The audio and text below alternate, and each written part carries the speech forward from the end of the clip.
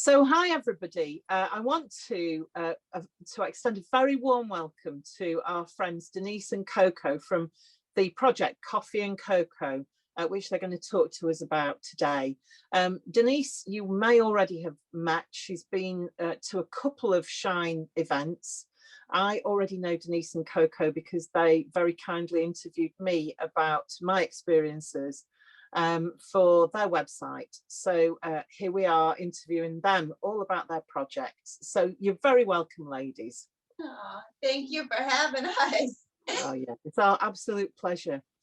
So the first question I want to ask you is, how did you come to set up Coffee and Cocoa?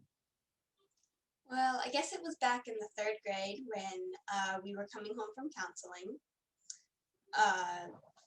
And I had told my mom that I want people to feel the same joy I felt talking about the trauma and getting through it because I had been abused by someone close to the family.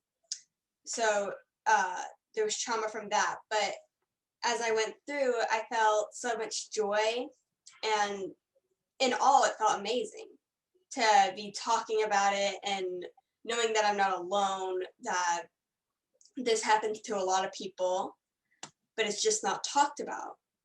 And it was an amazing feeling that it's hard to describe unless you actually feel it. Yeah, I bet. Mm-hmm. And that so your thing is to help people find a way to find their voice so they can talk about what's happened. Is that right? Yes. That's exciting. And so, like Coco said, she was abused by somebody close to the family, extremely close to the family. And so it was just like, it was awful for years of nobody speaking. And then finally, she was the first one to open the door. So everyone knew that something wasn't right, but nobody could do anything to help because nobody knew what. And so Coco actually began to open the door and let us in and be able to help in such ways. And she began to grow and like blossom, and just like her smile became real. Coco, that is just such a wonderful story, and you're just such an inspirational young lady. Tell us how old you are now. I am 13. So you're 13 now, and when did you start Coffee and Cocoa? We started it the end of August, the beginning of September. I was 12. Yeah. Mm-hmm. So. Wow. Gosh, that's a really big thing, isn't it? And things seem to have taken off, I know, from what you've told me. So that's great news. You're telling us a bit more about that as we go along. What is it that you're aiming to achieve from the project? We're aiming to achieve for others to be able to talk about it, make it more common, to basically, what's the word?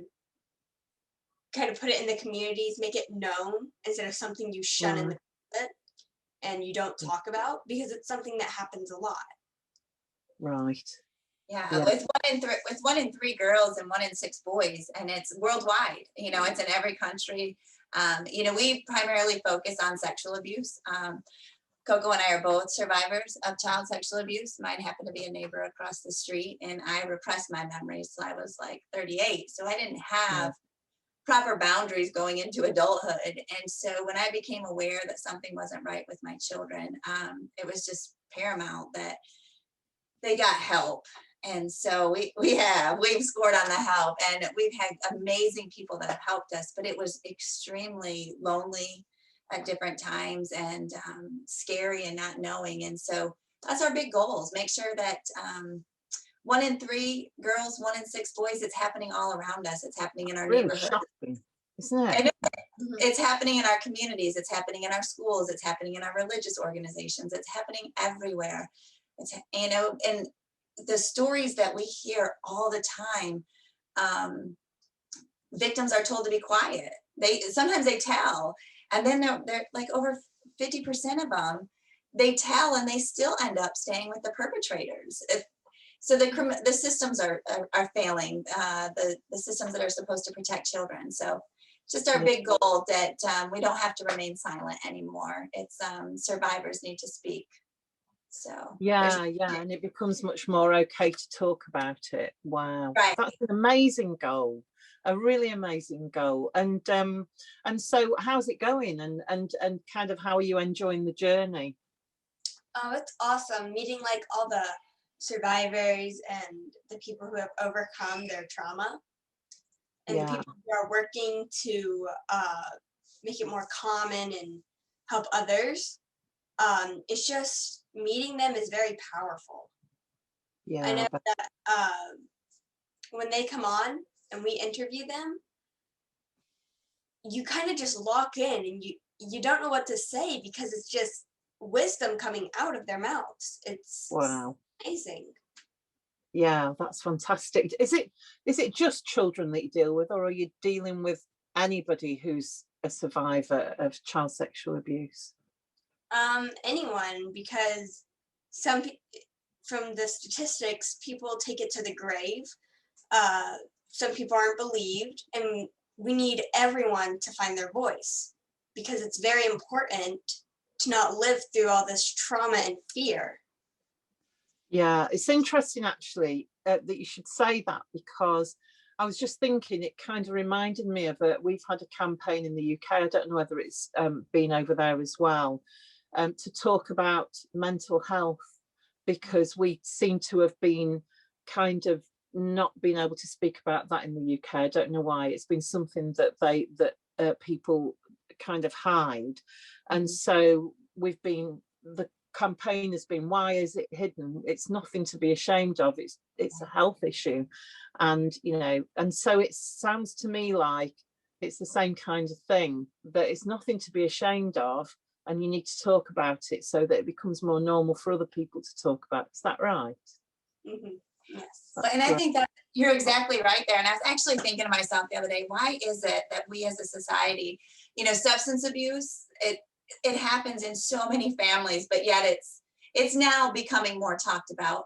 Mental health issues, it happens in everyone's family. And it used to be so bad to talk about, but it's becoming more accepted to talk about. Sexual abuse used to be so shameful. And the person that the irony in sex abuse, especially child sexual abuse, is that the kid is carrying the shame. And Yeah, they don't even, I mean, that's how they're like, and they're starting with this shame so young. And I always say it messes up your GPS system. Your boundaries are messed up, and it messes things up. So we deal with mostly adult survivors who share their stories, but that's because the unfortunate part is children rarely speak. And so children rarely speak, but we do get some requests, and we've been notified that different people are coming to listen. Like I shared it with this kid so that they would listen, or so we have a lot of people who we can tell from the numbers probably watch it in the privacy at their own time. And like Coco said, they just bring so much wisdom, and it's so important to us to bring other people's stories, because somebody out there is going to connect to somebody. Yeah, I guess so. I remember one of my friends who had been a victim herself said that when she was in the playground one day, they were playing a game, and I can't remember what the game was, but she said something about what had happened, and they just all were so shocked. And that was the moment for her that she realized it wasn't normal. But she was ashamed because of their response, and she just never dealt with it for years and years and years. Yeah.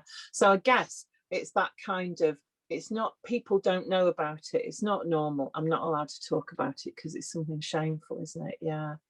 Well, and you brought up the other aspect that we do is we also started a Wednesday kind of episode that we do since the new year started. And our big goal is to raise education and awareness. And so we've had some phenomenal people on, and there are people out there that are trying to teach parents, how do you keep your kids safe? As much as human trafficking and stuff is bad, the chances of your child being hurt by somebody that they know is far greater. And so we've interviewed and shared people that go out there and they teach how to do this. And even we always laugh, as much as we have learned and walked through ourselves. I mean, we have trauma times 5 in our house. We have sexually abused times 5 in our home. And so as much knowledge as we've gained, these people always bring us more. So it's just, it's time not to be quiet anymore. We're getting kind of loud. Yeah, good for you. That's brilliant. Yeah, I know that you work hard. So what's been your favorite thing? What were the favorite things that have happened so far? I think it's meeting the people, just being encouraged and filled up with like all of their knowledge and wisdom and like their point of view on things. It is amazing to witness. Yeah. What and how do they respond to that, Coco? Do they feel relieved to have spoken about it? Normally, yes, they feel, in my opinion, well, I guess not in my opinion, but it seems like, I'm probably not saying this right, but they seem to me, I guess they've already kind of spoken, and they're kind of just wanting to share their story and help others with it. Yes, yeah, I guess. So when they come, by the time they come and be interviewed by you, they've kind of already sort of broken that kind of spell and are able to discuss it with people. Yes, however, we did have one that we were one of the first couple of people that they had begun to share with. And when they shared with us, their head was still so down. And they were like really fast speaking. And that person has just taken off like ever since that day.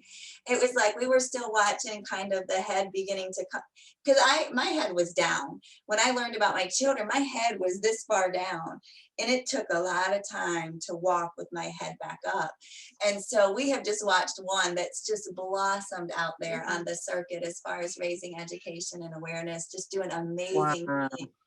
And it was just so hard to realize, or not hard to realize, but it was just, I don't know, it's just awesome for me to be a part of it because it's a young person, but they just whoosh. And, yeah, that's brilliant, isn't it? And there's that thing, isn't there, about when you use whatever you've been through to help other people, it's just it's so fulfilling, isn't it, to kind of feel that you're making a difference in that way. I would have never imagined my life when I was sitting in elementary school or in high school or anything that this would be what I would do, or the things that I would have had to walk through. But it's almost like now it's an honor to be a part of such a community trying to do something, to do the right thing. So to be able to take all that rubbish, as you call it, and do something with it, it's another, I think the thing that's for me too is not only the people. Coco has just been loving meeting these people, but it's also, I didn't expect this to be another level of healing for Coco and I. Yeah. And so it's like we continue to heal to a greater level by what we're doing today. And I didn't see that coming. That's really interesting, isn't it? Yeah. And I'm guessing not only that, Coco, but it must be impacting your level of confidence hugely. Is it? Are you feeling better, more confident all the time? Yeah, I am actually. It's I guess when we do like the little recordings through the week and I still have to go to school, sometimes it helps me bring like, I don't have to deal with this person. I don't have to acknowledge them. I don't have to put myself down because of what they're doing. And like all these like little wisdom and all this knowledge coming into me in the middle of the week, I'm just like, I can do it. Like when I'm feeling so low and then the next day I'm feeling so high because of that one meeting, because of that one sentence this person said, it's lifting. So it lifts you up to deal with the everyday stuff that being a teenager is about. And it is hard, isn't it? But yeah, I see teenagers over here in the UK who are very downtrodden in a lot of ways and feel very low. It's just delightful to see a teenager who's open and smiling and confident and able to, you know, communicate with people at different levels. So that's great. So it must be doing you the world of good. Well, and that's like Jane, like you said, at first I kept checking with her because I was so worried about her hearing other people's stories and receiving like secondary trauma. But what I understand, and I finally hushed, I finally hushed about it, is that Coco is finally around people who understand her. Yes. Yeah. Not everyone in the 7th grade or in the 5th grade understands her, because so many are still, if they are hiding, they're still hiding. And she is very much an open person, and she's very happy with who she is. And I mean, how many 13-year-olds are like that? Yeah, not many I know anyway. So these adults that she gets to hang out with, these tough stories, they're just like, they bring her so much, and it's just great. It's really been a great thing I never expected. Yeah, that's brilliant. So how do you kind of get people involved? Well, a lot of times I search through, or, you know, just I've become a social media guru, I think. But I ended up joining some different trauma groups, which I actually now have a survivor group that I take place in for my own healing, that I didn't know was out there. And I find different people. I'm not even sure how we found each other, but I know it was definitely on social media, wasn't it? Yeah, it was. And so I just invite people to share their stories. There was one that we shared not too long ago, George, I think it was. He was from my hometown. And I live in a different state, but it was like, I saw him telling his story, and I said, I'd like to invite you to come and share with Coffee and Cocoa. And he said, absolutely. And we're like in the same county. I don't know what you call that in the UK, but we're like in the same county back home. we'd say county, yeah. Do you? So, you know, it's just crazy. So we just, you know, throw the invitation out there. Sometimes we have people reach out to us that they have a book and they want to share it, and they want to share their story or their organization, you know. So we try to just, really, that's what we do, is we highlight other people who are doing stuff in this category, and we create conversation about it. Yeah. So we're kind of the conversation starters, I guess. Yeah, so do you do things other than the interviews then? So you interview people and put that out, but do you then kind of have meetings and talk about things too? We do behind the scenes. We don't run our own survivor groups, but we do talk. I'm connected to some adult survivor groups. And then so we kind of share resources. There's like a whole network that's kind of coming together, even across the world. So there's like a whole network of people that are working in pockets to do similar things. So we kind of, you know, bring that about, and I guess share with the rest of the world. But, you know, we've gone to Ireland, and we've gone to the United Kingdom. We've gone to England with you. We've gone to France. We've gone to England with some others. There's a girl in from the UK who wrote the song Your Voice. Oh yeah. So that was an unexpected. We actually have a song that was wrote by a guy. I'm sorry. The music was wrote by a guy I went to college with. I reached out to him, and he ended up contacting someone in the UK who wrote the lyrics to the song Your Voice. Oh wow. So is that on your website? I'm not 100% sure. It should be on there. Should be. And we have it through our social media. A lot of things make it to our social media on our Facebook page, but because it's just Coco and I, we don't get every technical aspect out there completed. Tell me about it. That's what Karen and I are like as well. Learning. We're just learning. Exactly. So we do our best, don't we? Yes, but you can, I mean, the song is out there that you can download, and I think it's like 99 cents or $1.99. I don't know what that equates to. Okay, well, that sounds like a good idea for me to put a link to that somewhere in the post that I put on with this interview. I'll work to put that link or get that link for you. Yeah, that's great. Thank you. And actually, and while we're at it, we'll have your social media and your website link, so we can put that into the post as well. That'll be great. Yeah. So what are you most excited about for the future? I think, well, this is one of the things I've been talking about, but I want like a little, I don't know, but when like COVID's over, we can like all come together in like one place, like rent out like a big place and invite like invite people to come.